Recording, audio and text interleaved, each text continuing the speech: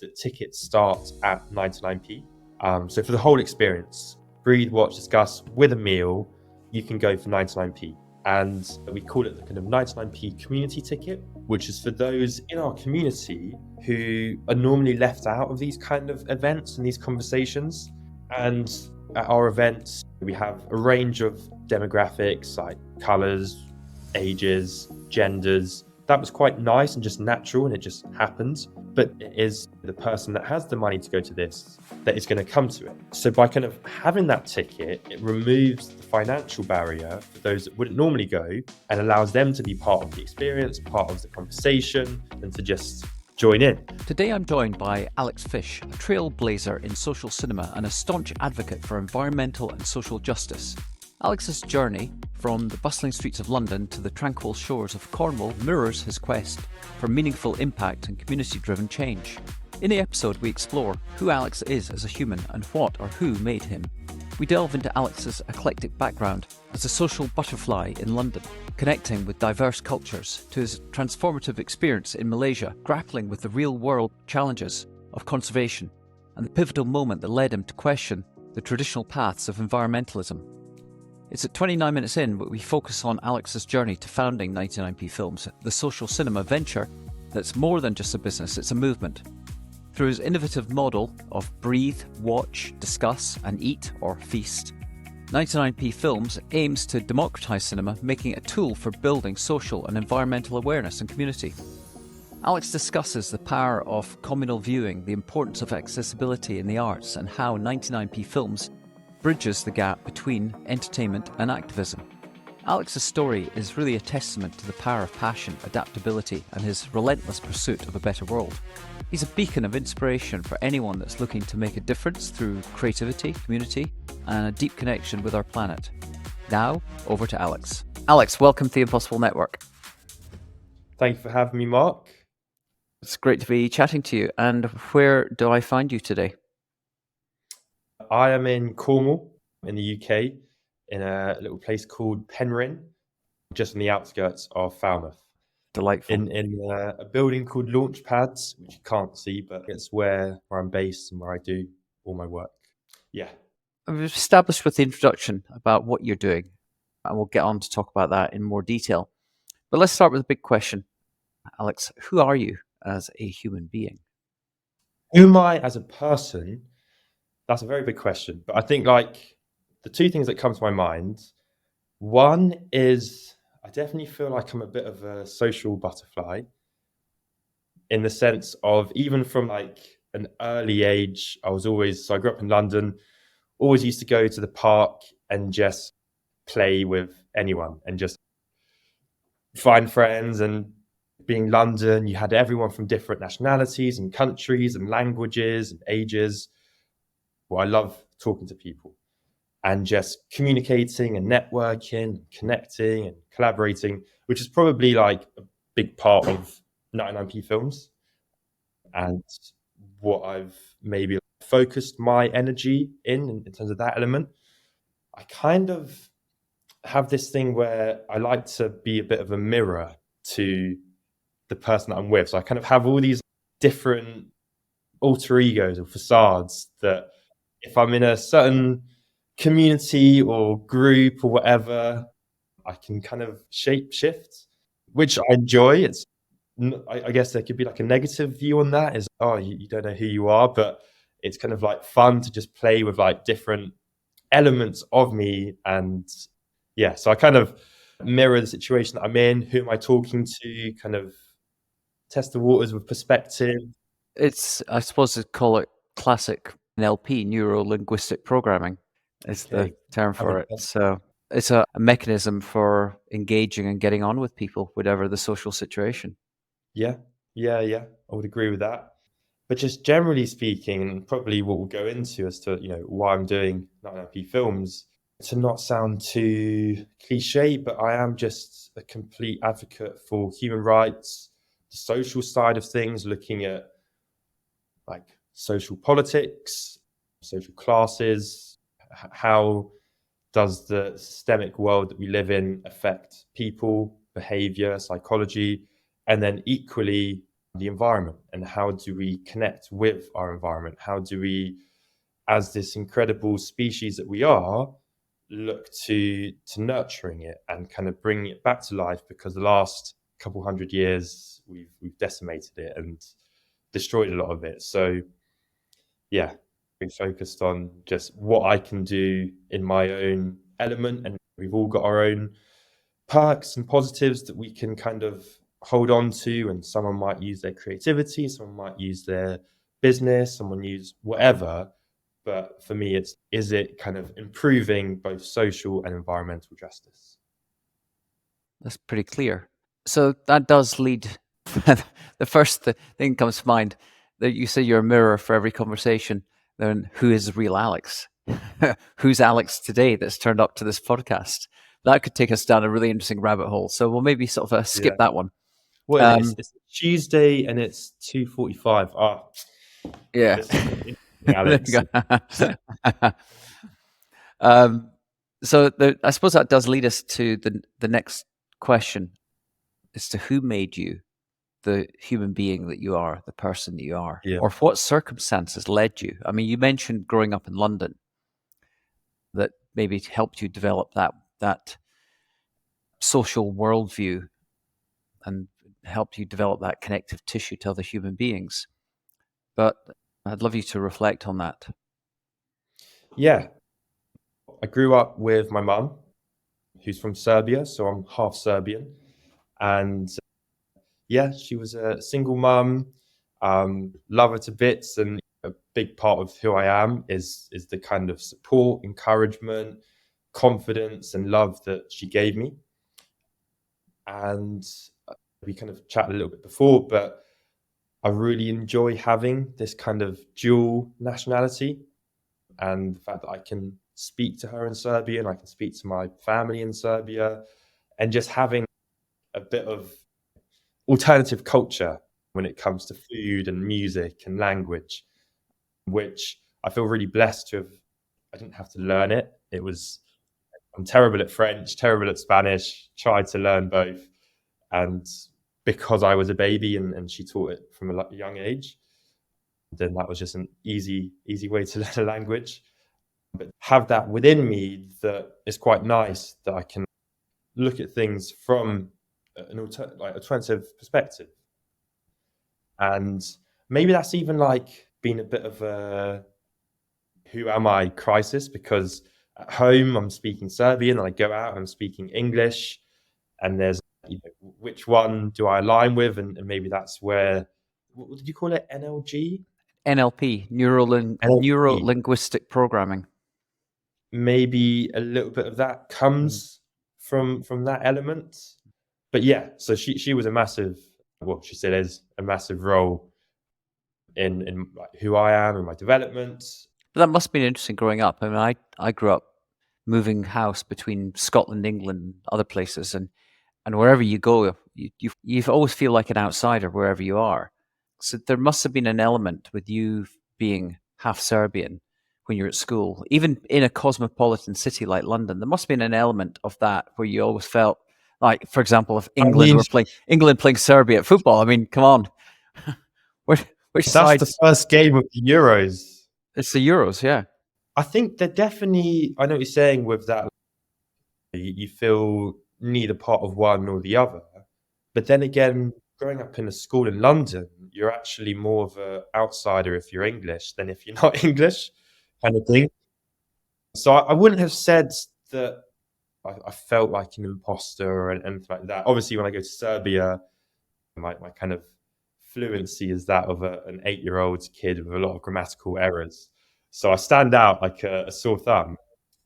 And when I tell people that I'm from London, they're like, really? You don't sound like you're from London. So yeah, neither or both, whatever it is. I haven't got like a complex over it. Like, it's more that I kind of enjoy having that like dual side of it all. Hmm. And when you talked, when I asked you about who you are, you discussed your worldview and having an environmental conscience and a social conscience. How did that evolve? What impacted you? the catalyst was probably David Attenborough, as it was for a lot of people.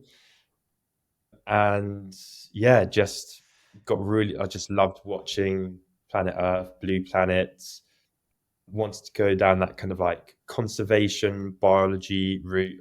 I enjoyed biology and geography in like high school. They were my like favorite subjects, but especially the human side of geography and kind of like yeah, international relations. And I think my mum's quite political, has very strong political views. So then maybe that seeps in terms of like how I view politics. And yeah, just kind of went down the wanting to be a conservationist. And I don't know if The power I'll of stop David. there because I feel No, like, it's amazing. The power of David Attenborough and the power of documentary. And you think yeah, about, I mean, he is a sort of a British institution, and he I suppose is. even And I think globally. I mean, especially for like a lot of people maybe in like my age mhm. bracket where we were growing up with having these incredible yeah documentaries and books, that was kind of the first time that you'd ever seen any of this stuff. And it was these kind of alien worlds that were on our own planet. And I just yeah, I was fascinated and hooked. And So, how did that impact you when being at school and thinking about your career and the direction you were going to take your life? I mean, if you felt that conservation, geography, and biology, I mean, it's the natural career path would have to end up going to university, studying geography, and becoming a or geologist or an explorer, whatever. But you've ended up in a social cinema. So, what were those early well, it ambitions? wasn't it wasn't direct. It was a lot of meandering and exploring other options. I first did an undergrads in marine biology, Ah, went which the natural path. I did go the natural path initially, and I definitely would say was probably like persuaded out of the more like creative, artistic routes, just because of the job security Hmm. and what they kind of instill on you in secondary school and at college Yeah. is that this is going to get you that job. What's the ranking of the uni? And I was very kind of fixated on that, and probably because of it, chose the wrong uni. I went to Southampton, Hmm. which is great for what they do, but it's very like chemistry, physics, oceanography orientated. So that was a difficult few years. So you were interested in art and the creative side of life when you were at school. Not so much actual art, creating stuff Hmm. and whatever else, but was always like having ideas Hmm. and had a very in-depth imagination and wanting to create certain things, whatever else. And even actually thinking about it, even when I was like quite a young kid, like 6, 7, I remember having like a VHS camcorder, going to the local park or like making little silly videos and stop motion things. So maybe that was there Uh, from a young age, but it kind of got a little bit suppressed just in terms of the whole, how is this going to be a career? People don't make money from art, blah, blah, blah. So took down that more like safer academic hmm. route, which I finished and ended up then a day after handing in my dissertation, got on a flight, went to Malaysia and was a field biologist. Wow. So like, yeah, had Literally, you're this, straight straight out of uni yeah, into the field. into the fields. And there was this whole thing, like the whole time I was at uni, there was all of these kind of, you have to pay to go to Cuba and like hunt lionfish because they're an invasive species, or you have to pay and go to the Bahamas and kind of look after a certain turtle. Or there was definitely quite a lot of privilege, I think, that came with Mhm. people that were doing that course. And you kind of like had to spend money to gain experience in the field, which I didn't have, but also I didn't agree with. I was like, if we're going to be not slaves, but we're contributing, we're kind of volunteers to some extent, then Mhm. the last thing should be that we also pay for it. But were these programs that were university promoted, so the university were getting some sort of fiscal or financial benefit from it? I'm not sure if they were getting some benefit, but I know that they were kind of being like promoted through the uni. Yeah, so they And like curated they were what they created, they believed. were done Yeah. by a different party, but then the university would be like, oh, there's this and this and that that you can get involved in. I remember one of them was like Operation Wallasey, or you've got like loads of different groups. And I don't want to now shun them and Yeah. put a negative point of view, because they do good work. And I guess those that can pay for it and want the experience, great. But I wasn't in that category. So when I found this one that meant that like I wasn't getting paid, but I was getting the experience essentially for free, I was having my board and food covered, then I saw that as like an equal, like a fair value exchange. So you found yourself on the sunny shores of Malaysia.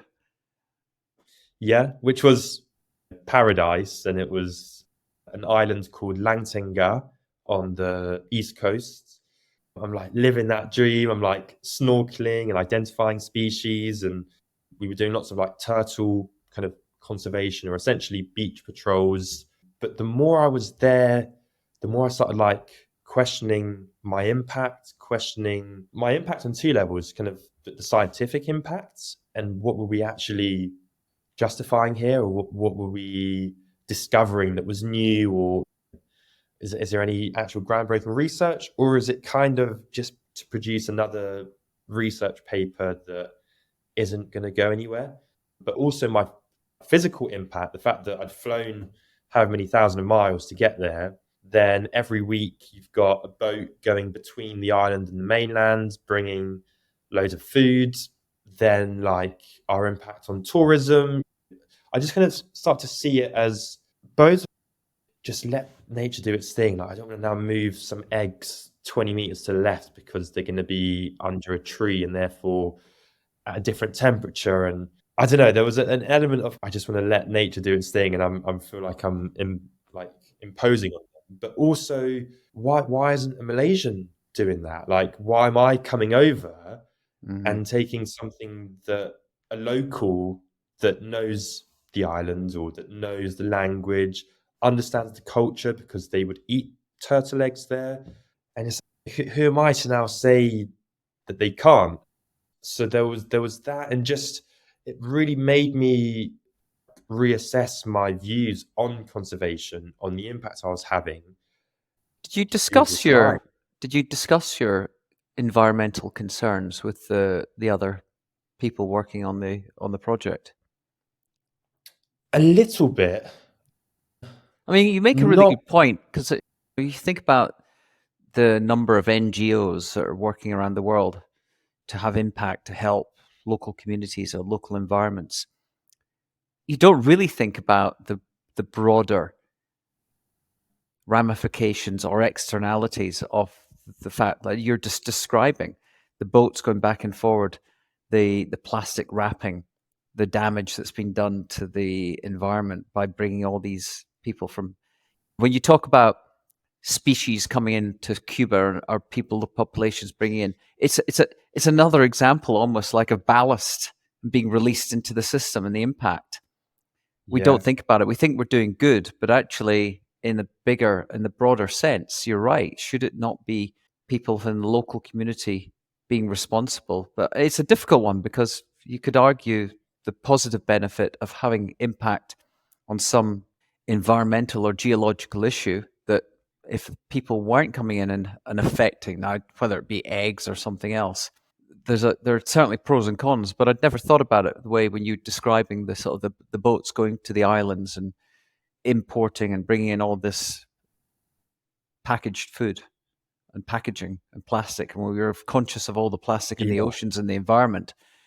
It does make you sort of pause and reflect.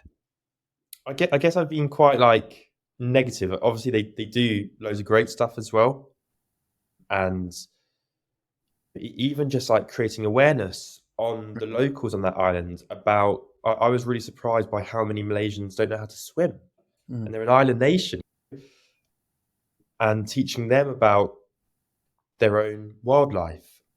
Then it's also to some degree kind of a year-long tourism for those on the island that then to some degree rely on that NGO to have people there when it's a super kind of low season. Then maybe they also bring extra tourism. Then there is certain research that's interesting. If they do find a species that's extra protected, then that can kind of help maybe create an MPA zone around the island. So it's a really hard one to balance. And I think those that are doing it and invested are doing great things, but just on a personal level, I just saw more of the kind of my own negative impacts of me being there. And just I wanted my use of time and energy and resources to be applied in a different way. All right. Escape from Malaysia. So I escaped from Malaysia, was in London, kind of just working pub jobs, 6 months. And I'm kind of at a stage where it's, okay, I need something legit. But I didn't know, in that, what was I, 22? So you don't really know what you're doing. Yeah, 22, 23. And in terms of I'll sound like the biggest hypocrite now, but in terms of them wanting to do something impactful, I completely just paused that and left it and was like, okay, I need to make some money and I need to learn some kind of skills within the business or whatever else. So I joined Trailfinders as a travel consultant just because I love traveling. So I thought, okay, I'll be able to travel for free pretty much. They had quite a good reputation as a company. There was a lot of You're not good for your environmental impact. Your carbon footprint. But then there was that element of me where I was and I've kind of really been challenged by this a lot, but I was oh, maybe I can infiltrate tourism into a better tourism, which is, I had a really funny example of someone that's starting up their own private jet company, but looking to get the kind of rich people that fly in private jets to offset their impact by, I don't know, subsidizing a new forest or whatever. And then you start to do the maths and you look at the reality and it's you're just, greenwashing yourself to justify something that is kind of wrong, but you're trying to make it sound good, or you have this belief. So I kind of had that. And if I'm putting a holiday together, I'm going to look at what's the sustainability rankings of this hotel, what kind of practices do they do. I'm going to, in my own way, now make things better by sending someone there rather than something else, which I think realistically didn't do much, but I learned a lot just in terms of sales, use of softwares and communication and people skills and logistics and planning holidays that involve 50 different million elements. And then the pandemic hit. So if there was anyone, it's going to get shut down very fast. And what I learned a lot as well, I think one of the biggest things was, so the guy that runs it, Mike Gooley, he founded it in 1979, I think it was. And he just had these really kind of core principles and values and practices, both to the staff and to the customers, just in terms of looking after staff, making sure that there's systems in place, onboarding, rewards, respect, everything else, but then also doing the same for customers. So I saw that, and what that meant was that when the pandemic did hit, they had everything kind of, they weren't now going to go bankrupt. They didn't go under. They stayed afloat. And actually, they weathered that storm when others like TUI and whatever the other student one was, did go into administration. They were then there to kind of actually come out of it stronger and better than before. But what I was going with that is that even all the kind of new recruits, we had this at the end of our training program, we would meet with Mike. You could tell he was in his 70s or 80s, but he was still on the ground, involved in every decision. Yeah, and just quite like an inspirational figure within a business sense. Okay, yeah, there's all the environmental things that are wrong with a travel company, but I think socially, at least how they went about their social practices with staff and customers, that was something that I really looked up to and thought this is really good, and something that I've tried to kind of implement in my own ways with 99p films. But where I'm going with this is that, yeah, pandemic hit, obviously went on furlough, and the pandemic was difficult in all different ways, and I won't go into that. But what it meant in terms of the positive was that I actually had this time where I could finally say, okay, I can take a kind of creative path, which is paid for because I'm getting paid on my furlough, and I can now really explore that avenue. So it started off with photography, then kind of went into documentary filmmaking, and I was loving it. And it's kind of Still like, living in why didn't I do London? this earlier? Still living in London. Yeah, yeah. But London, like that the first few months, seeing that when all the planes stopped and the boats stopped and the cars stopped, whether it was just a really fortunate spring summer or whether it was directly linked to it, I can't remember the weather being as good as it was. Like blue skies, the air was super clean. You'd go on a walk by the Thames, and at some points you could see the bottom. And it was like, I've never seen this before. And this is after 2 months. And that made me realize like just how incredible the wildlife around us is And how and quickly an how it, environment can change and heal. I know. yeah, it really does. And it gives a lot of hope, I think. In times now when everything seems a bit dire and negative, and both politics wise and environment wise, when you see something like that and it's okay, this is actually really achievable. Okay, it's a feat and a massive task, but the result can be achieved in quite a short time span. So then when London went back to how it was, me as a person had kind of changed. I feel like London changed as well. Like the spontaneity got sucked out of it. You had to book to have a pint, and you had to. And I was just, and I mean, I'm not a big drinker, anyways, but just like the kind of nature of what London meant. I used to think it was the best city in the world. I now can't really, apart from seeing my mum and some friends, can't really stand it. I find it really just overwhelming and just not good for your brain. All the noise, the pollution, the constant busyness. So I kind of don't really enjoy going back. But it was that then when Trailfinders called me back and said, okay, you ready to work again? I was like, here's my notice, packed up, moved to Cornwall, and Why did that's you where I pick? live. Why did you pick Cornwall? I mean, I love Cornwall. I used to always come for family holidays on my dad's side, so kind of English family. We'd go to a place around the corner called Portscatho, pretty close to Falmouth, and it's just beautiful. Sea, cliffs, little Cornish lanes. So I have this nostalgic memory of just really nice experiences there.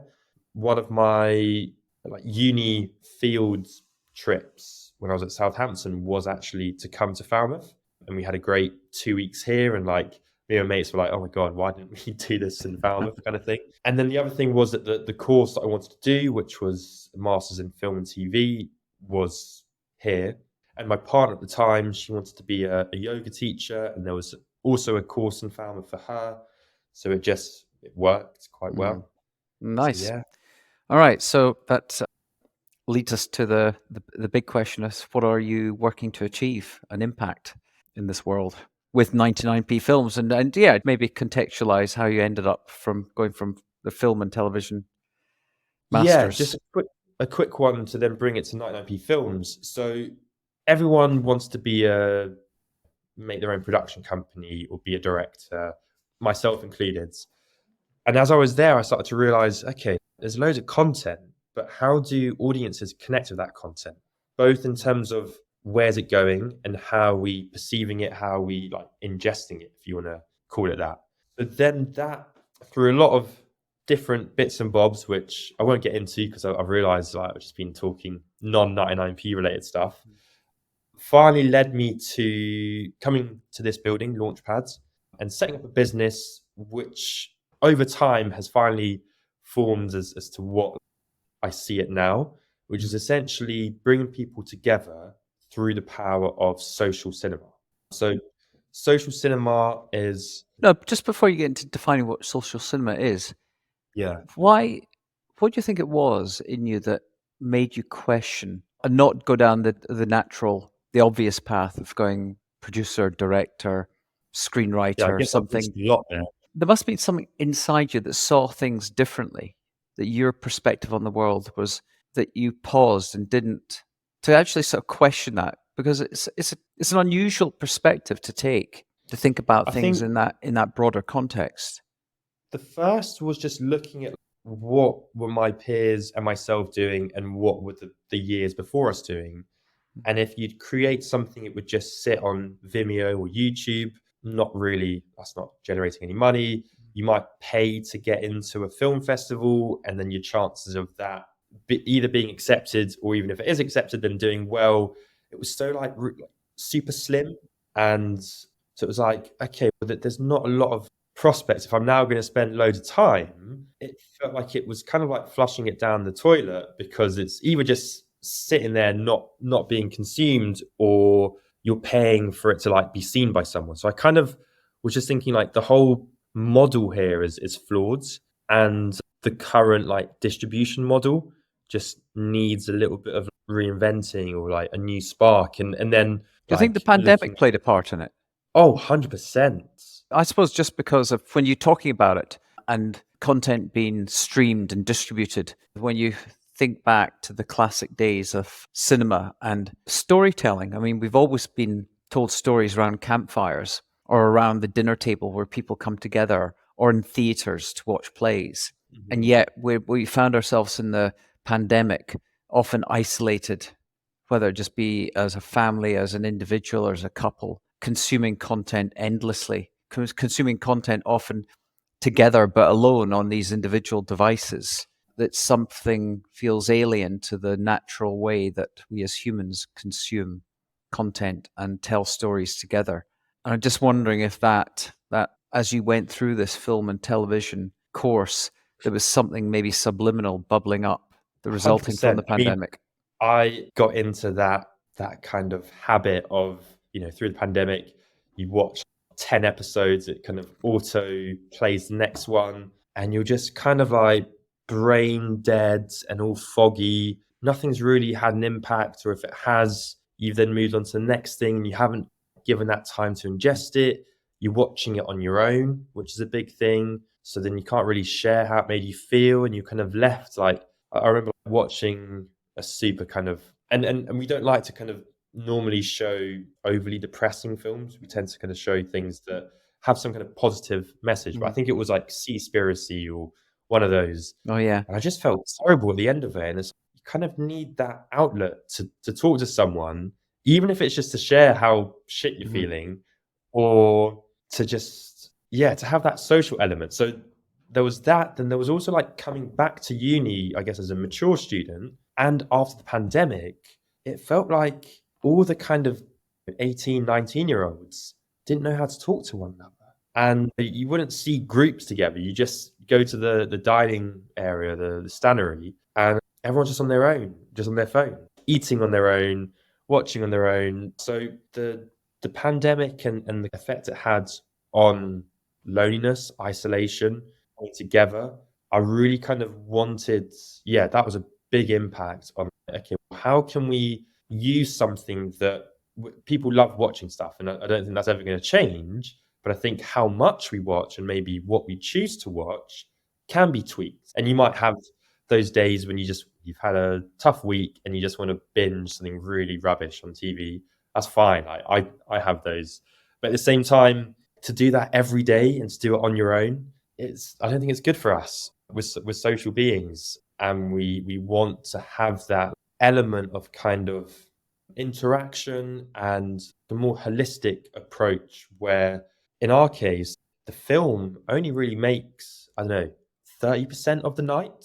So it's so many other bits. But yeah, I'm glad you kind of made that point, because that was actually a really big thing. And a lot of the kind of slides when I was putting Mhm. together these pitch decks and presentations, like my first slide would be just a bunch of like images of people on their own watching TV and being like, this is a problem. And there was a number of problems, but that kind of isolation and just kind of ingesting and consuming loads and loads of content meaninglessly was one of them.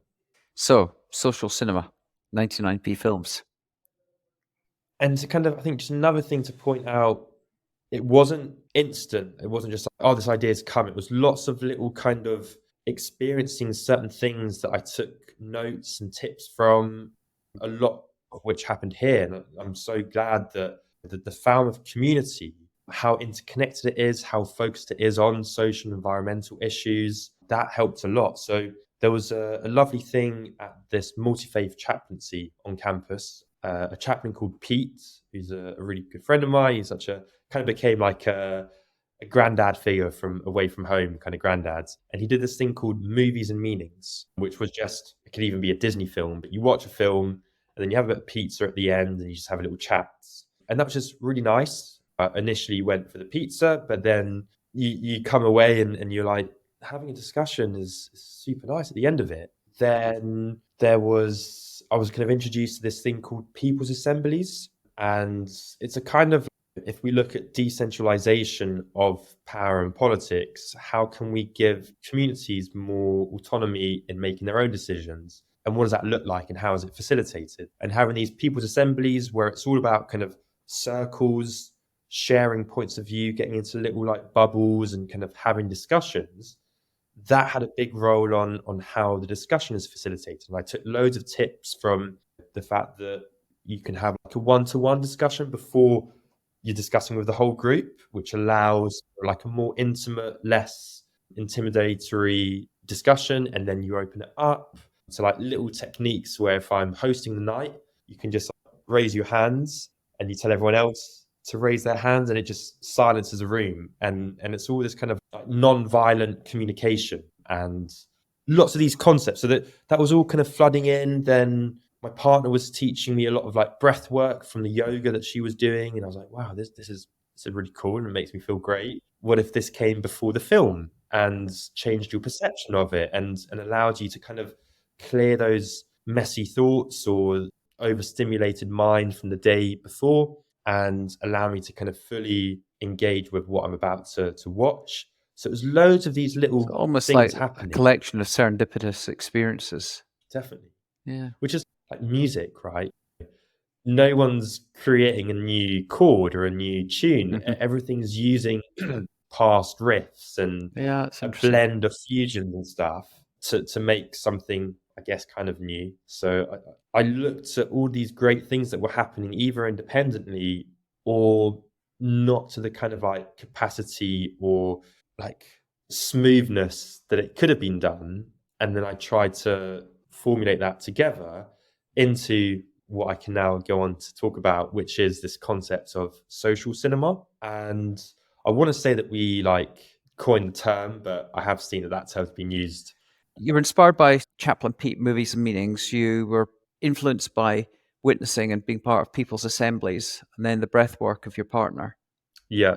So that's the breathe, watch, discuss elements. And then the feast or the kind of eat part, that was kind of where I got the main inspiration from. That was from a local CIC called the Falmouth Food Co-op, which I'm actually involved in. I'm on the board and involved in lots of different projects there. But they've got kind of different branches, one of which is a community field where you learn about growing. They've got a commercial plot and they would do these like really lovely like communal feasts in the summer. So like 100 people breaking bread around the table in this lovely allotment, eating some of the food that's grown there, and just a really nice thing to do. And made me think, oh, if you're trying to do a business or trying to do events, there's nothing normally that works better than like making sure there's some food involved. How can we incorporate that within the model? And I think it works really nicely, taking that conversation from the room, moving it to the dinner table, and continuing it around food. And there's a lovely quote, I'm sure it came about beforehand, but the new Ken Loach film, The Old Oak, which is one that we screened last month, there's a phrase that says, when you eat together, you stick together. And I think that really connects with the whole notion of bringing our communities together, eating together. But then how do we do that in a sustainable way? So this is where like all the food that you're eating comes from local regenerative farms that are growing in these kind of sustainable practices. All the food's vegan, organic. So it's essentially, let's say you've just watched a film, In Our Hands or Kiss the Ground, about like soil health and farming. You're then at the end of that night eating part of the solution. And it's this idea that kind of we wanted for these events to have some kind of real impact, not just, I think, like a legacy from after having gone to it, for it to maybe have changed you or created an awareness or wanted you to connect to something that you've watched. But for those that maybe don't have the time or the means or whatever to do that, they know that just by being there and eating that food, they are part of that solution. And we'll try to tweak it. So if it's like an ocean event, we'll have loads of seaweed on the menu. Or that's as kind of as much. Actually, no, we've done at the Old Oak, and we've done a few films around Gaza, Israel, the current genocide that's happening there now. And we had a Syrian refugee, which is a lovely lady called Iman, and she does the kind of the feasts and cooks these Syrian vegan feasts.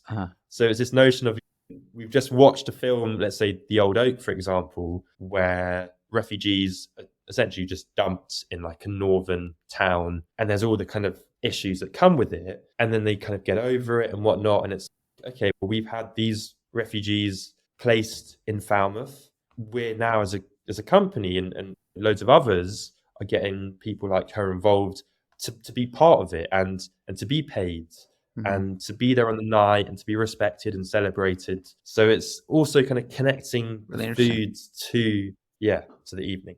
Okay, so the concept, so 99p films: breathe, watch, discuss, feast. Discuss. Feast or eat. I'm Eat. still deliberating on. I like the word feast. Feast is, I like it as well. Yeah. It's sometimes it makes me think of a little bit of like overindulgence. Yeah. I'm like, you can kind of like feast and like this whole capitalistic consumption. But then there's also like having a nice feast where you're actually just like sharing lots of different plates and there's a spread. So yeah, feast, eat, whatever. But that's our kind of signature formula. Yeah. All right. Explain the concept of the 99p, and for people here in the US or outside or in Europe, 99 cents maybe. Yeah. And it wouldn't be 99 cents. It wouldn't be 99 cents films. It'd be 99 cents cinema. Perfect. Yeah. So where does 99p come from? That came initially from what the kind of original idea was, which was like an online platform to watch student films, and you pay 99p to watch that student film, and the 99p goes to the student filmmaker. And that's like changed and tweaked to what it is now. Is a kind of, I've got a little bit obsessed with the number 99, and I try to include it in loads of different ways. So I'll kind of go through some of the multi meanings that it has. The most simple one is that tickets start at 99p.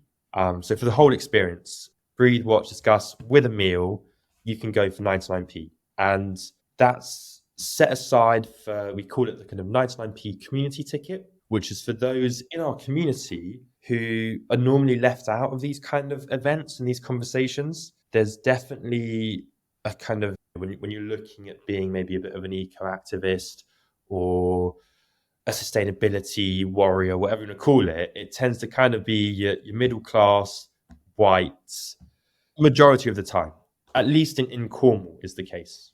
And at our events, we have a range of demographics like colours, ages, genders. That was quite nice and just natural, and it just happened. But definitely still saw a sense of, it is the person that has the money to go to this that is going to come to it. So by kind of having that ticket, it removes the financial barrier for those that wouldn't normally go, and allows them to be part of the experience, part of the conversation, and to just join in. Now, what I'm realizing is that that's not the only barrier. There's also being time poor. A lot of people that are maybe in that position don't have 3 hours on a Sunday night or midweek to attend something like this. Maybe they've got to look after their kids. Maybe they haven't got money to pay for a nanny. Maybe they haven't got money to get there. Maybe they even feel out of place, kind of going to a certain venue that has a certain kind of stigma, or there's a certain type of event that normally takes place there, and they'd feel more comfortable somewhere else. So these are kind of things that we're trying to overcome and challenge. But at least financially, it's no longer a barrier. And the way that works as a kind of the range of ticket prices is that then different people pay different amounts. So you have a concession ticket, which is a tenner, general ticket, which is 15. We do like student 2-for-1s. So you kind of bring a mate along. And that was a big part of kind of seeing all these students that were just on their own. Okay, we're not going to half the price for you, because then you'll just come on your own and pay half the price. If you come with a friend, then you kind of split, like you bring a friend for free. So trying to kind of gently encourage, bring a buddy along kind of thing. And then there's also anyone under 18 comes for free. We have like a little thing on our website, and I think the first line is like, kids are the future. And I think that we really kind of have just neglected the youth, and they haven't got anything to do. And I was seeing this, especially, let's say in London, okay, you've got loads of stuff, but coming to Cornwall and seeing like 14-year-olds, 15-year-olds, you're not quite that age where, okay, you can go to the beach and whatnot, but like actual activities, there's nothing for them. And I just saw where I was living before, like a bunch of teenagers are just smoking vapes behind like a public toilet and just like drinking loads of energy drinks and causing a bit of havoc, and then getting a bad rep for it.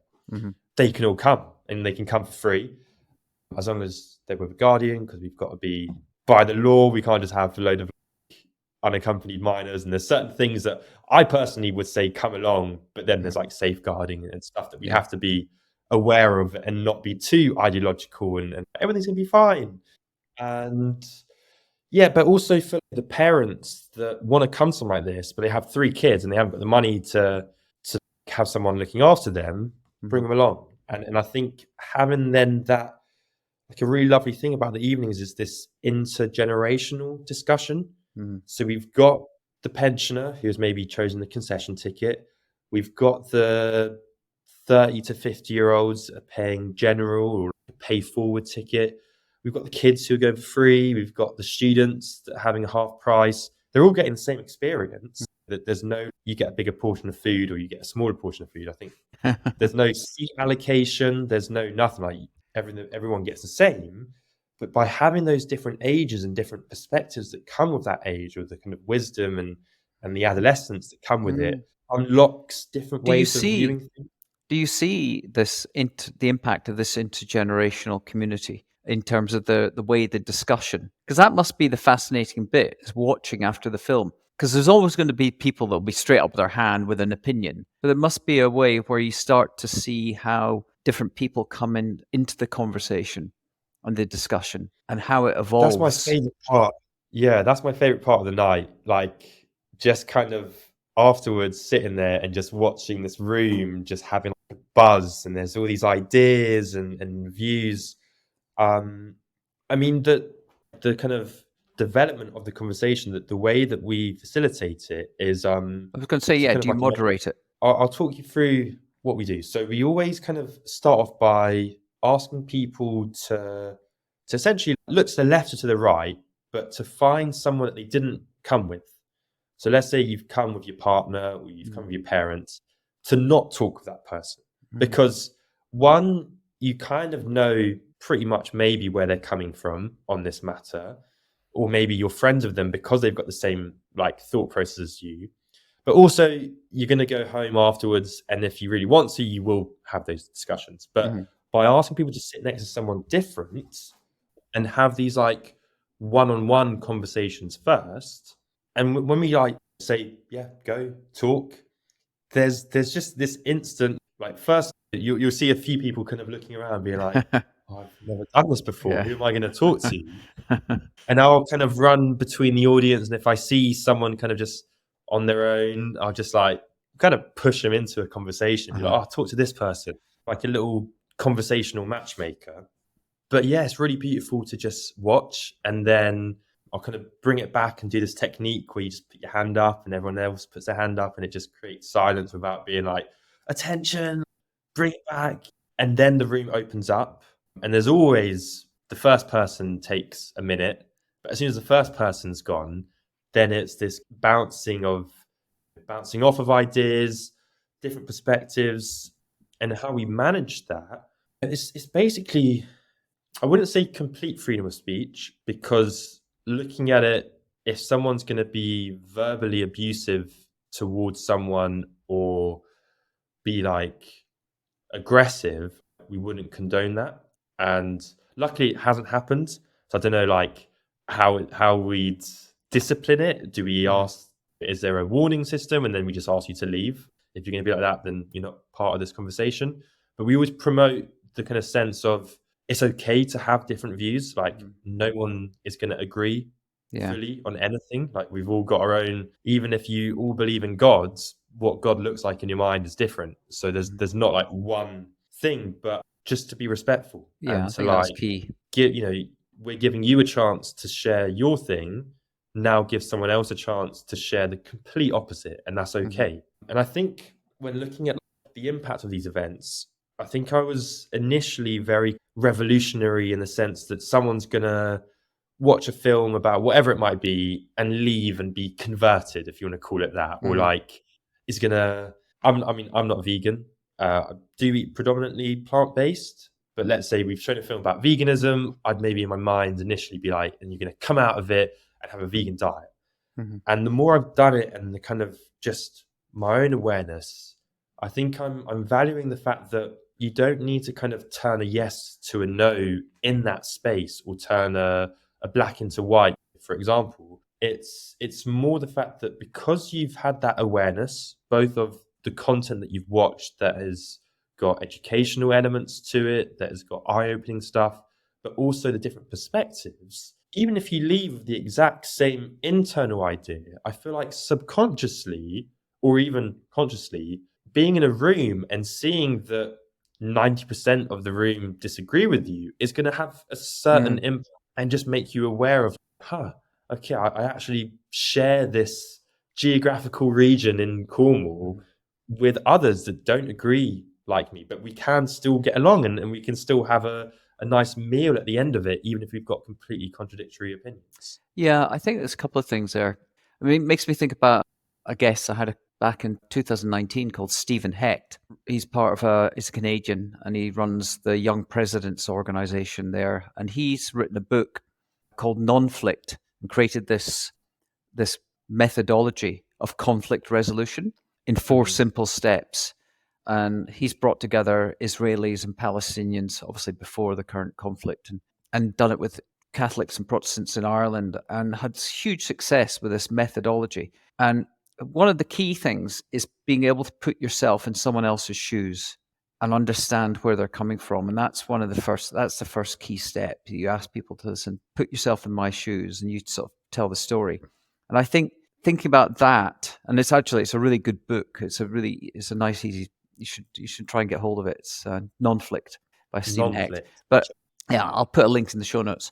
But also, as you were talking about these assemblies, John Alexander, I know we've talked about him before and what he's doing with Citizen, the book Citizens, and he talks about the power of people, citizen assemblies. And I think the great thing about, and the evidence is there, that even people like Rory Stewart, who was part of the Conservative government, has acknowledged that he would actually vote Labour this election if Labour actually embraced citizen assemblies, because he realises the power of them, that when people come together and they have a voice, people listen, and they start to understand that we're actually all closer together in our belief systems than we are when we're apart, and we're polarized by the media and the content we consume online alone individually. But when we're in a group together and we're talking, you start to see the nuances and the subtleties and the connective tissue between what people think and what they feel. And I think what you're talking about,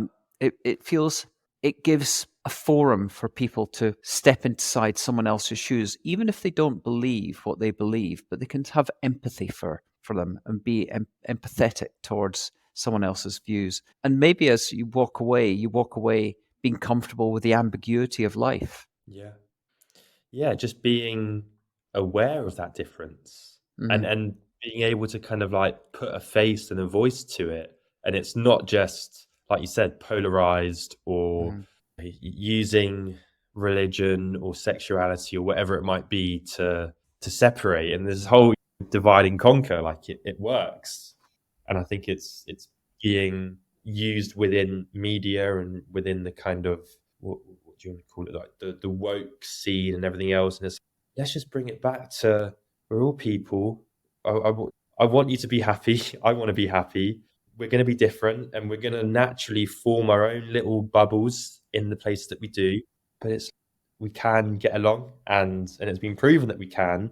And I like this kind of non-flict way of doing it. There was talking about like, kind of Palestinians and Israelis. There was a TED talk I saw ages ago, and someone used backgammon, the game backgammon, which I love. My best mates, we all sesh it. But how to use games to not solve a conflict, but to kind of have a bit of a conflict within that game, and the game finishes, and you're back to kind of real life, and maybe you've raised your own war, but it's concluded and it was a game. And that then just makes me think about this nature of we should all be having a bit more fun and playing, and through play we learn, and through games and fun. That's when I had a team meeting the other day with 5 of us now at 9IP Films, and we looked like what's the outcome, what do we want to do? And obviously there was bringing people together, creating awareness, supporting farmers, and all of this stuff. But one of the main ones was let's like whilst we're doing this, let's have fun. There's no point setting up a social cinema company and being depressed and miserable about it because of the work involved. It's, okay, we can be super creative, we can be social, we can have lots of fun doing it. So yeah, went a bit of a tangent there, but No, it's great. It's a wonderful concept. It does lead to the question of how do you scale it, and do you want to scale it? yes, definitely. So yeah, in terms of scaling, I've tested the idea of how would this look outside of Falmouth, Cornwall. We've done a few in Truro, we've done some Bedroofen, and that probably means nothing, Ninuki. But is it the Cornish kind of communities that are really kind of wanting this, or is that demand seen elsewhere?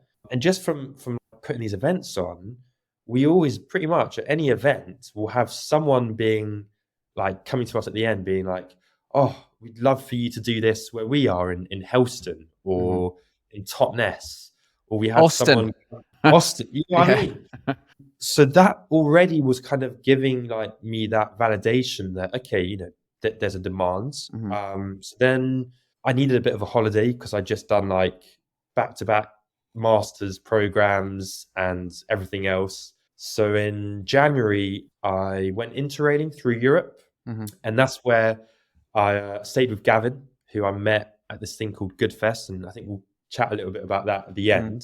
mhm, But on this journey, I kind of did a few social cinema nights. So I did 2 in the Alps, mhm, did one in Zurich, went to lots of kind of cinemas in Berlin, and just kind of like looked at what are the Europeans doing. And what was really kind of reassuring is that I think, especially in France and especially in Berlin, I saw was all this kind of like people coming together, lots of kind of communal farming and allotments, wanting to be educated on social and environmental issues, and using talks and film and media to do it. And I was like, okay, this is not just an isolated feeling, it is global. So then came back and then have been exploring it within the UK and like Oxford, London, mhm. Brighton, Bristol. So it's got the grounds. So I've kind Yeah. of I feel like it definitely can work.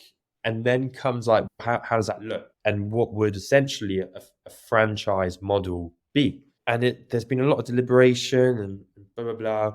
But I think and again at this meeting, which was really beneficial, just having everyone there and we've got to a point now where we've done 23 events, like what's next, and a bit of consolidation. And I had this idea for a handbook, like a manifesto, a Bible, Yeah. whatever you want to call it, whether it's called the Pink Print, the 99p handbook, whatever. I use pink a lot because those are our brand colors, pink and purple. And it was just, being able to give it to someone for them to host their own night. But then one of the team, a girl called Minnie, and a few others have kind of like worried about that idea in terms of you kind of just giving your secret ingredient sauce away. So what it's looking like now is something that Minnie actually, like the term community consultants, which essentially how I've followed it from in my own mind is that we could kind of train people to become 99p hosts. I don't know, a one-day training thing, whether it costs or whether we get like grant funding to subsidize it, because grants love to subsidize training, but to give people the skills to how to facilitate a discussion, how to maybe have some breathing workshop exercises, like cooking, but like the logistics. How do you go about the licensing? How do you go about this and that? Well, yeah, I mean, there's a lot. I mean, just thinking the regulations, knowing what the UK is like, and even just here in the US, you can't just suddenly say we're going to get people to pay money to come in, whether it's 99 cents or $99. You'll sit down and have a meal. How do you cook it? How do you ensure there's food safety there? Yeah. I mean, is it even just the logistics of that, or there's a complexity to There's it? a lot. And there's the boring stuff like the food hygiene certificate. Exactly. And Yeah. then there's the fun stuff, both which are relevant. So that would all kind of be within this handbook and within kind of this training, for example. And then the way I see it is then you've got 100 hosts that then can take that model with a bit of kind of support to do it in their own places. But for it to, I wouldn't say to have complete free roam with how that looks. I think they can choose the location, they can choose the theme, they can choose. There's a bit of issues with like, what if we get some kind of ultra far right Nazi youth group that wants to.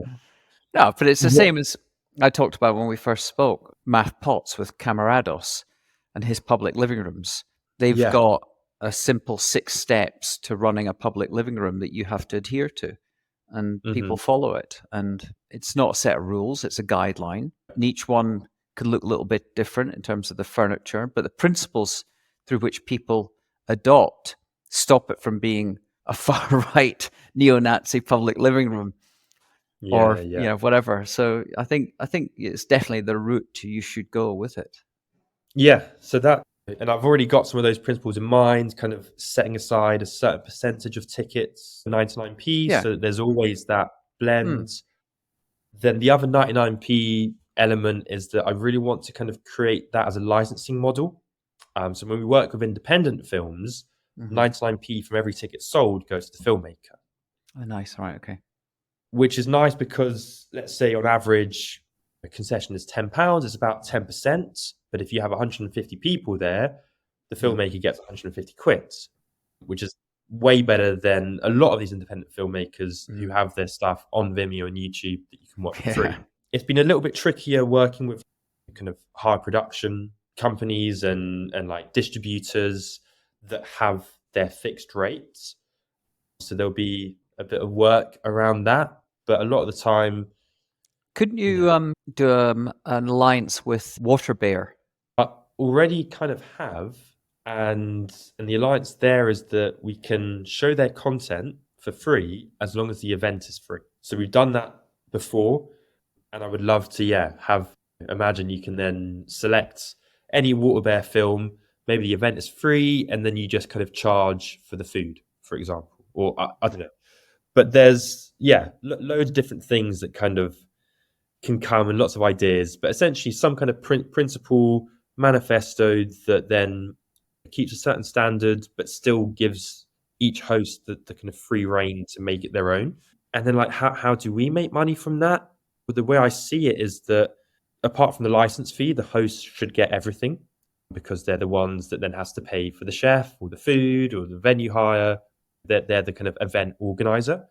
And we would just have a thing where it goes through our website. So like Eventbrite, where you want to put on an event, you use Eventbrite.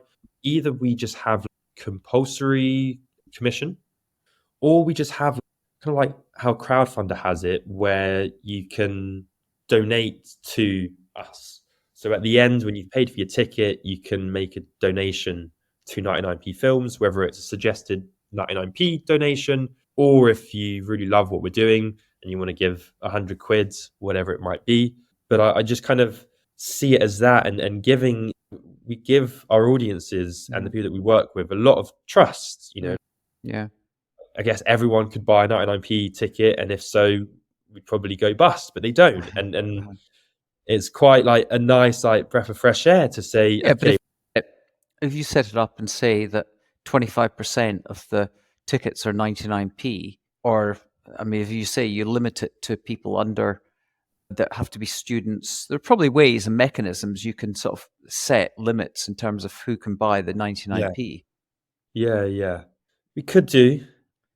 But But it's the other thing I interesting. was going to say, and I think this was actually one of your questions, was about would we take it to Zoom? Yeah.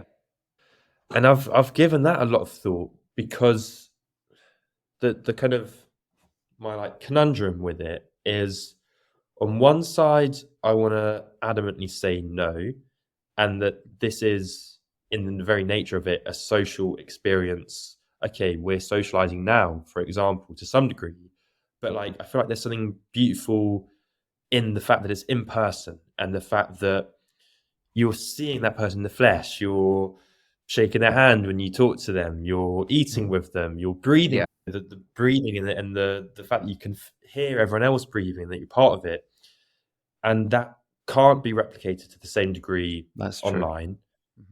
And this very fact that if it was online, then maybe so many of those people that would go in person just going to watch it from home, and I then just know. going back to this It's very defeating problem.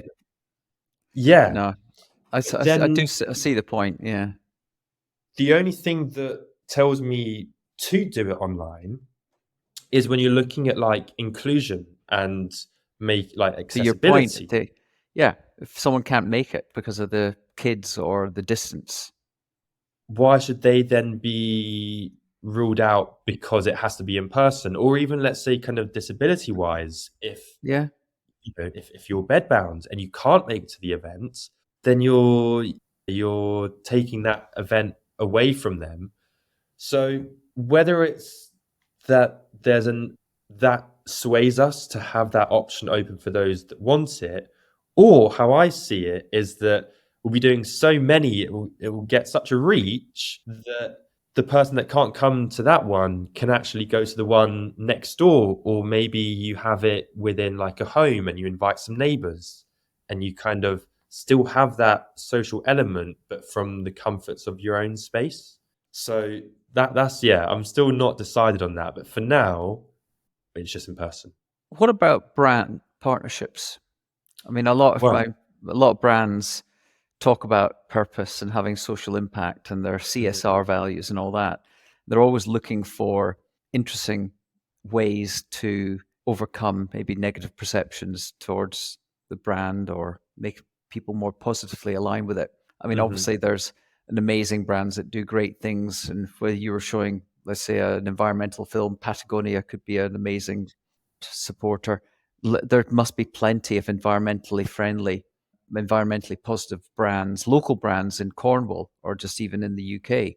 That must open up huge commercial opportunities for what you're doing. It does, and I think that's, if we're going to look at sustainability as a business, like how do we create the revenue to continue? Those partnerships are going to be a big like cash boost, because these community events are lovely and great and do so much, Mhm. but they kind of pay for themselves just about. So it's the money is not coming from them Mhm. for us to really grow.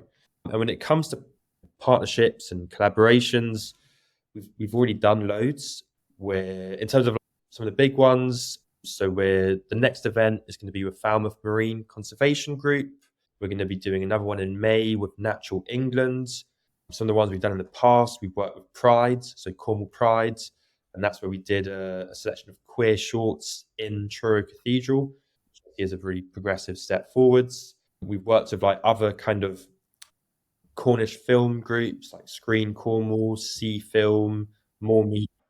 But yeah, partnerships also with the foods that we're getting. And for this one in with Natural England, we hopefully getting loads of Cornish seaweed from the Cornish Seaweed Company, or we'll get partnerships with different local farmers and food suppliers. So we want to do like a mushroom event and mushroom film, and we'll work with this lovely lady called Faye that runs A Taste of a Good Life, and she grows her own mushrooms. But then there's also the bigger, more like commercial partnerships. Mm-hmm. And a lot of people have asked me like, oh, what do you do if BP, for example, come to you and say something like that? And I don't know what I think a good example, which someone recently asked me, is like Cornish Lithium. So it's okay, that's a mining company, but then again, I've just spent all weekends doing up an electric bike that has a lithium battery. Yeah. So I need these items. Okay, I need it. Do I need it? I sold my car and I'm using this in return. I'll be charging it with green powered electric. So there's a whole conundrum in that. But bring it back to, let's say, like Cornish Lithium. If we are going to be mining and we need resources, we need minerals, the way I see it is that the current case is that you've got slavery and exploitation of people in the Congo and other like African countries where they're treated like shit. Then the land is completely destroyed and just abandoned, and then you have your resource. Or alternatively, could we have someone like Cornish Lithium that is relatively new in this area, is kind of getting quite a lot of investments, and maybe has reached out to us wanting to have that kind of like customer feedback on, we'll watch a film about it and say, okay, do we just give up on these corporations that are doing things wrong, Southwest Water or fossil fuel companies, or do we say, okay, we're actually going to share with you and push you in the right direction? Now, maybe that's me being that travel agent that thought I could encourage eco-tourism, but I actually think that there is something to it. And it's better to be having a narrative and a dialogue with these organizations. And if it's a conduit to having that positive dialogue and even marginal influence is better than nothing. yeah. So, and if they're then giving us a load of money that we're then injecting into loads of other community screenings, like I just, especially the mining one, because there's a lovely quarry community called Travone Quarry, which in terms of future 99p vision, we're currently making a documentary about it. So we also want to create our own content. And their example is that they kind of bought this quarry that was disused, abandoned. It was an old granite quarry. They've converted all the old quarry buildings into studios and workshops and living spaces. And they've brought the area back to life and kind of revitalized the nature and created a nature reserve. And you just think, okay, actually, if we did mining properly, we could take an area of lands that was a brownfield site. You'd still be selective on where you're going to mine. There's a lot of lithium in Cornwall. Pay people a good wage, create employment, support the local community that has mining in its blood, and a lot of people are looking for jobs.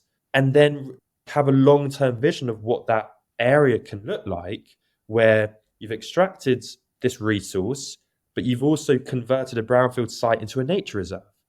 And it's you've ticked loads of boxes, and then that completely flips the kind of view on mining as this horrible, destructive, exploitative practice into, oh, it's actually creating jobs, regenerating the lands, and it's giving us like loads of batteries that we can have a shift in. I mean, that's a discussion itself. Are electric cars better, worse? But you know what I'm saying? I'm kind of looking at it in that way. One thing I'm going to say though, I just finished South by Southwest, which is a big film, music, and interactive tech festival here in Austin. Amazing. Goes on for a couple of weeks.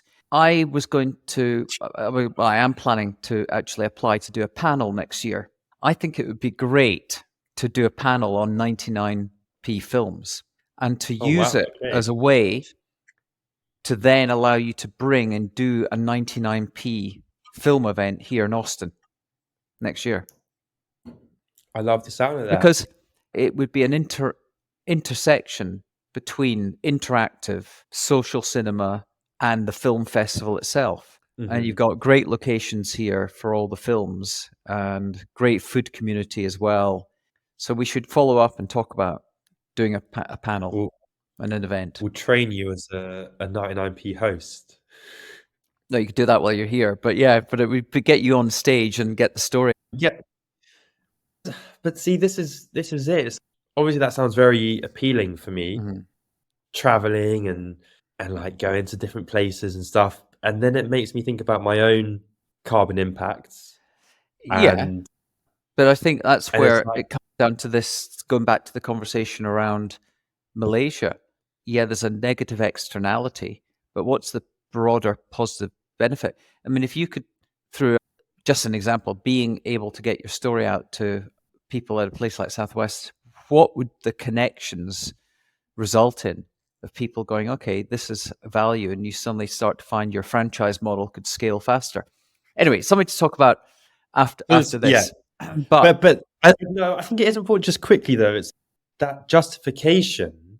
How far do you take that? And the billionaires that are flying around on their super yacht, like super jets, or the top hundreds polluting companies, are they sat there being like, oh, people need to have their mobile phone, or like we're, I don't know, making cutlery and people have to use cutlery, or that very nature of, is a really good example. If someone doesn't sell heroin outside of a school, if I'm not doing it, someone else would do it. That's a little bit extreme, and all you're asking me to do is come to Austin. I'm very humbled and thank you for the offer. I don't want to shun that, but I think, and it can be quite dangerous, this mentality is that you then overthink absolutely everything, and life becomes a bit miserable because it's, oh my God, whatever I'm doing, there's a harm to it, and you can kind of fall down a path where there was this one guy that he wanted to only use electric cycling because he realized that if he was using a manual bike, he'd need to be eating more to create that energy to use his leg. You go down this like field where it's just, you can't live. So that I don't want to go down that path, but I'm also I want to be very aware and careful on like my point of view and how I practice my own life. If I'm going to preach all these things through 99p films, I kind of want to live it as well, which I do. But we'll talk about this, Austin, because that sounds cool, and we'd love to know more about it. All right. Last question on 99p films and social cinema. Where would you like to see it over the next 5 to 10 years? Next 5 to 10 years, just loads of 99p events happening simultaneously, talking about social, environmental issues, communities coming together and forming new relationships, and a bit of autonomy, and the fact that maybe some of those conversations and connections began at 99p events. The fact that we'll be hopefully making our own documentaries. So kind of like Netflix started off as purely streaming other people's, and now you've got Netflix originals. Would love to also be part of the kind of production of content. And I've learned so much by screening all these films and by hearing the discussions.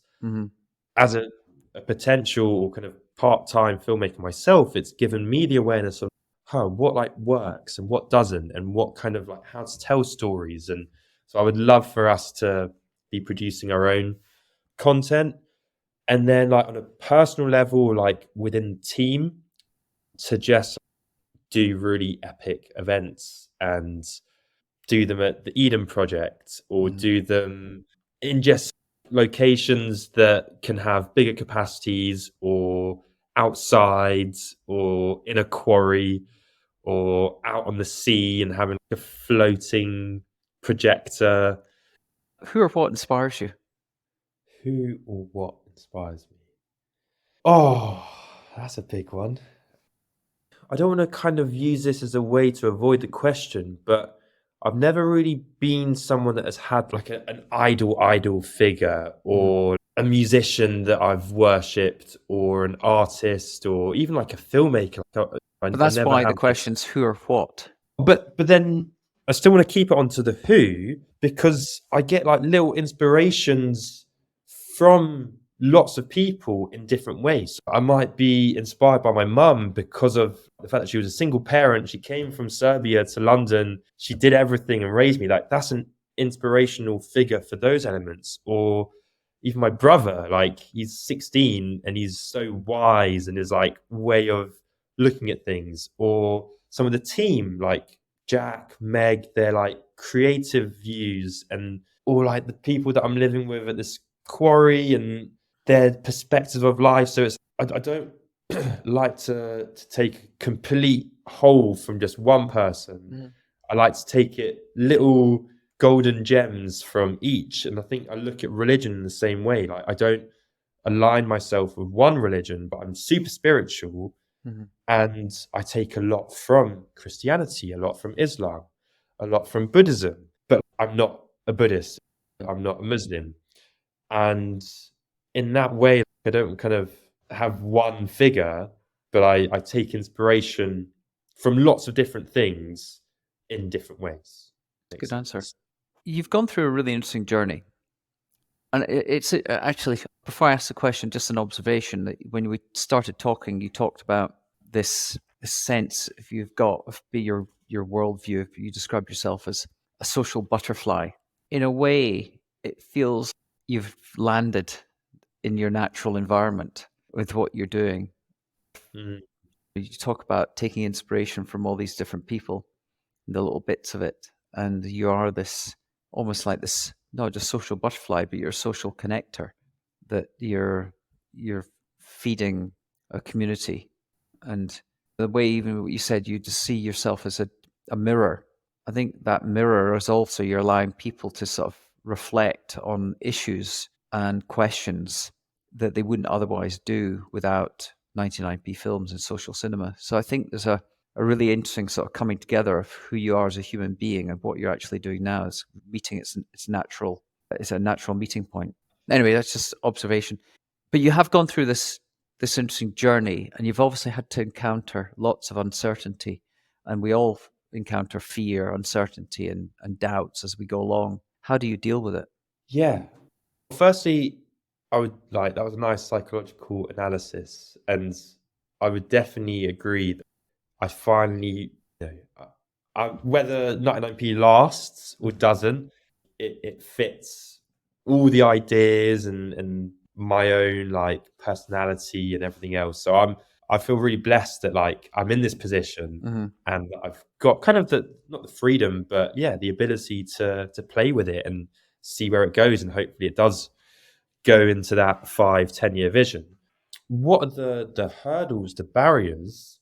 I mean, I'm a very positive person, like optimistic person, and I feel like I really believe in this whole, like the kind of positive energy that if you're going into something with a certain kind of mindset, this ability to manifest it. So, and I'm also maybe a little bit stubborn, or I can not be confrontational, but I'll speak my mind, and if I disagree with something, I'll say it, and I won't be shy to do that. And I think there's probably a definite amount of privilege that has given me that sense of security to do that. I'm a white man. I'm tall. These like social constructs that have partly played in that kind of makes me feel that I can do something, that I believe in it, but also the nurture from my mum's side that has always like believed in me, and lots of my friends and other people around me that are quite supportive. So I think, yeah, like barriers, challenges come and everything else. And especially like putting an event on, there's always something. And I've kind of like got to the point now, like a recent like way of processing and thinking about things is that, and this isn't my words, I can't remember where I heard this, but It's not like the event that happens around you, it's how you personally deal with it. So shit can hit the fan, you can either scream and run around and blah blah blah, or you can be like, okay, that's happened, recognize it, how do you deal with it, how do you get through it, and then not how do you forget about it, but that's past now, let's like move on and learn from those lessons or learn from that experience, but to not let it like consume you and now change everything going forwards, because you can't change the past, but you can learn from it and change the future. So I can't really exactly remember the question, but in terms of like barriers, challenges, No, just your fears, uncertainties.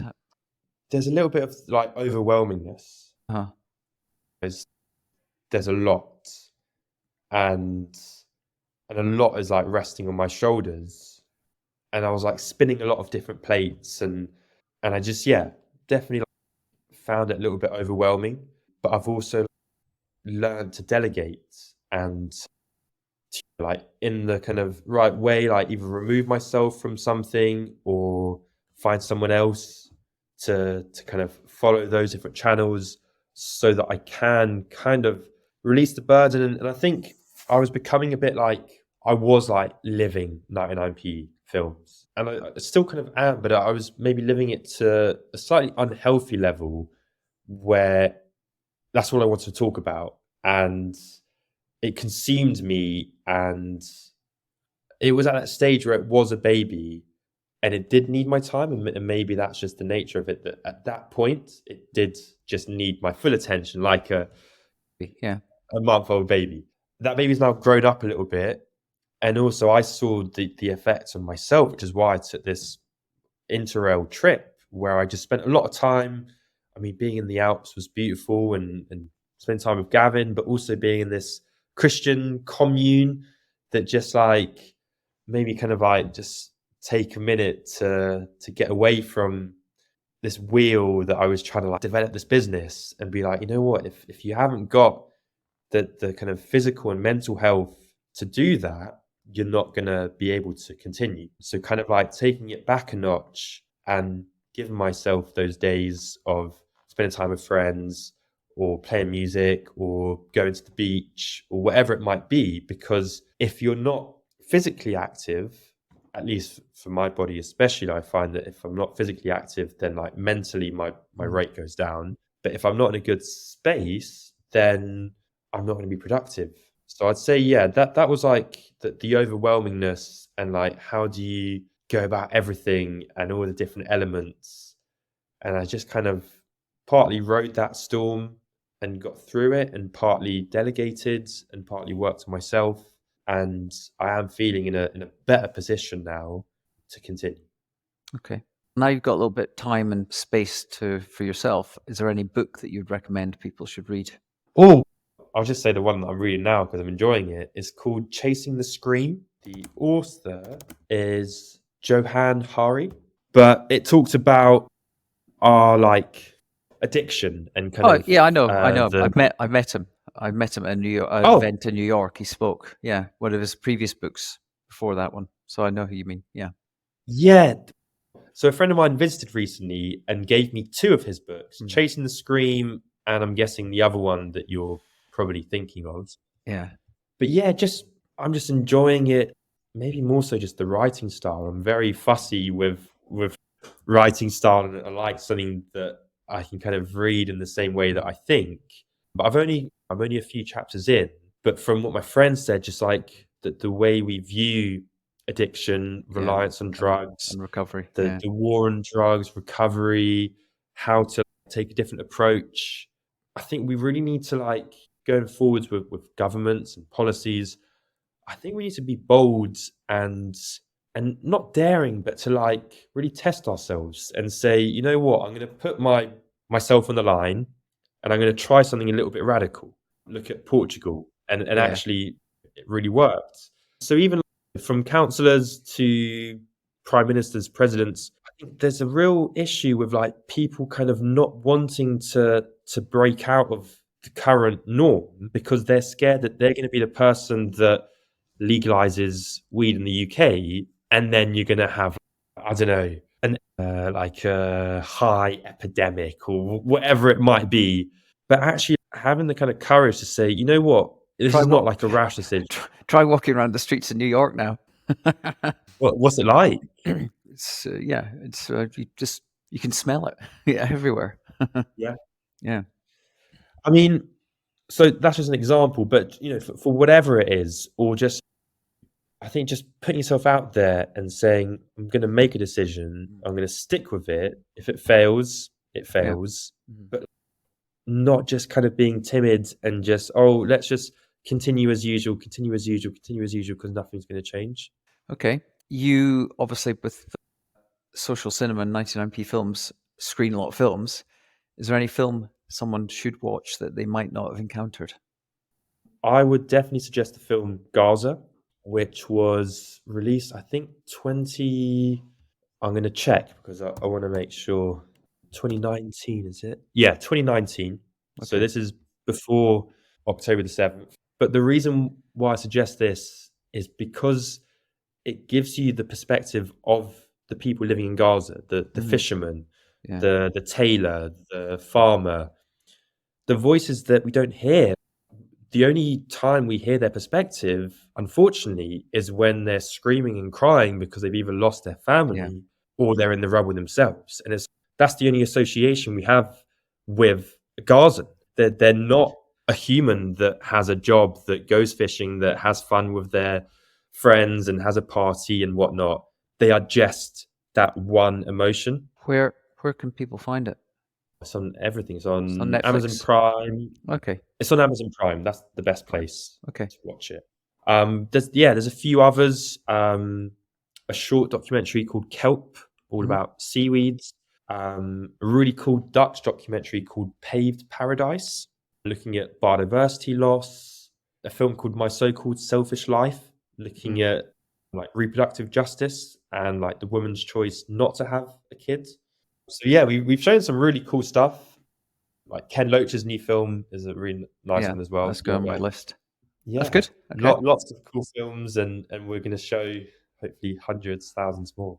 Exciting. Is there any life hack that you would share? Anything that's made your life easier?